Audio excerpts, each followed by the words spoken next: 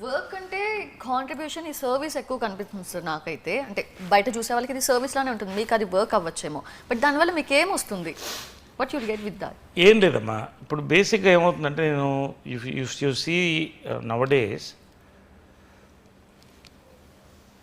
IAS ఆఫీసర్స్కి కొరత వస్తుంది ఇవాళ. ఐఏఎస్ ఆఫీసర్ అనేది జాబే, కానీ it is a service also. Indian administrative service దానికి తగ్గిపోతున్నారు. బేసిక్గా ఇవాళ వరల్డ్ ఫోకస్ ఎలా ఉందంటే నేను నా లైఫ్ నా కుటుంబం కావాలి, నాకు కూడా కావాలి. But at the same time మనతో పాటు మనం 10 మంది బాగుంటే ఒక మంచి కంట్రీలో బతుకుతాం. ఇవాళ పాకిస్తాన్ ఇండియా మధ్య ఎంత తేడా ఉంది. We are going surging forward. That is because there are people working for it. అలాగా రాముడు ఉడతా భక్తి అంటారే, అలాగా నా వంతు ఒక కామన్ మ్యాన్ వచ్చి ఒక మాట చెప్తే అది ఒకళ్ళు ఇద్దరు వింటారేమో, కానీ ఒక పబ్లిక్ ఫిగర్ వచ్చి చెప్తే వేల లక్షల మంది వింటారు.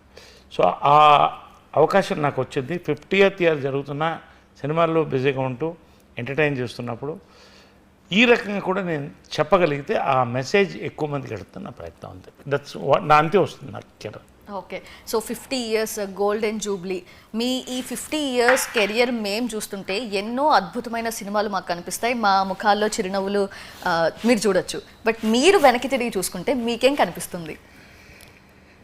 నాకు ఇందాక చెప్పినట్టు నా కెరియర్ గ్రాఫ్ ఎలా ఉంటుంది. ఎప్పుడు జనరల్ హీరోస్కి ఎలా ఉండి అలా వచ్చారు వెళ్తుంది, ఇలా వెళుతుంది, ups and downs. Real life అయినా రియల్ లైఫ్ అయినా అలాగే ఉంటుంది నాకు.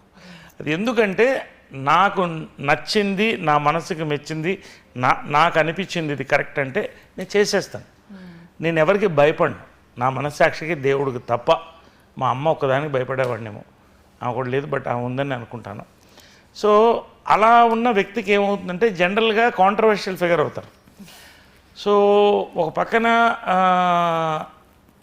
నేను ఎందుకు సక్సెస్ అవుతున్నానంటే నేను ఏ పాయింట్ అయితే చెప్తున్నాను రియల్ లైఫ్లో సినిమాలో కానీ నేను కన్విక్షన్తో చెప్తున్నాను ఇది కరెక్ట్ అని. దాన్ని కొంతమంది తిట్టుకోవచ్చు, కొంతమంది నవ్వుకోవచ్చు, చాలామంది అభిమానించవచ్చు.